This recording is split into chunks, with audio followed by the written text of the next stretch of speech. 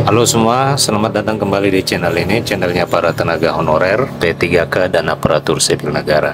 Video kali ini rekan-rekan sekalian, kita akan membahas terkait dengan masa kontrak tenaga honorer daerah. Informasi selengkapnya silakan disimak dan ditonton secara lengkap agar rekan-rekan sekalian bisa menerima informasi secara utuh dan menyeluruh. Rekan-rekan sekalian, berita kali ini datang dari jpnn.com, di mana diberitakan bahwa pemerintah Kabupaten Gorontalo Utara, Provinsi Gorontalo, tidak akan memperpanjang kontrak honorer daerah untuk tahun anggaran 2023. Jadi hal ini, jadi pemerintah Gorontalo Utara ini telah memulai dan mengeluarkan kebijakan bahwa pada tahun ini honorer atau kontrak honorer daerah itu tidak akan diperpanjang.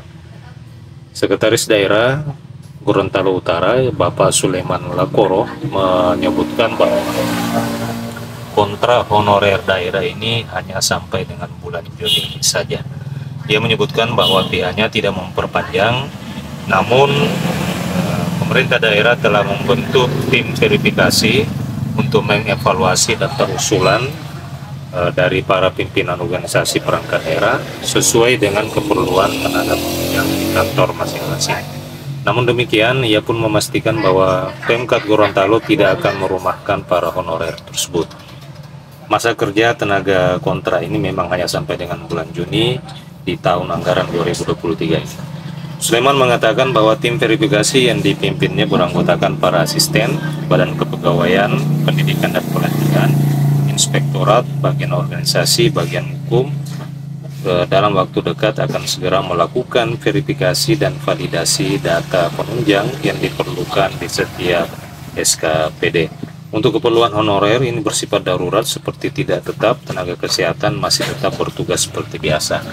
Nah, rekan-rekan sekalian, di Kabupaten Gorontalo Utara ini masa kontrak tenaga honorer ini sampai dengan bulan Juni tahun 2023, sehingga pemerintah sempat tidak akan memperpanjang masa kerja itu, masa kontrak honorer tersebut, kecuali bagi para tenaga honorer, guru, tenaga kesehatan yang masih harus bertugas seperti biasa. Sama halnya dengan tenaga honorer bersifat mendesak, seperti pemadam kebakaran yang wajib siaga setiap waktu, serta tenaga penunjang yang bersifat wajib, yakni seperti sopir, kebersihan, dan tenaga administrasi. Jadi masa kontrak tenaga honorer ini tetap jalan seperti biasanya. Dan di luar dari itu, tenaga honorer di luar dari yang saya sebutkan tadi itu, masa kontraknya tidak akan diperpanjang. Sulaiman menyebutkan bahwa pihaknya telah sementara menunggu hasil verifikasi dan validasi, kemudian akan disesuaikan dengan kemampuan anggaran. Pihaknya akan merekrut. Pihaknya menyebutkan bahwa pada saat perekrutan itu tidak ada anggaran untuk gaji, malah akan menambah dan menjadi personal. Maka verifikasi sesuai keperluan segera dilakukan. Ia pun memastikan bahwa sesuai kontrak kerja, para honorer daerah ini masih menerima gaji bulan Juni.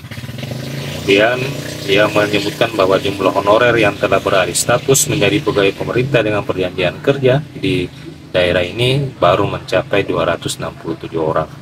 Pada 2023 ini untuk tenaga kesehatan mencapai 371 orang, guru 372, dan teknis 67 orang.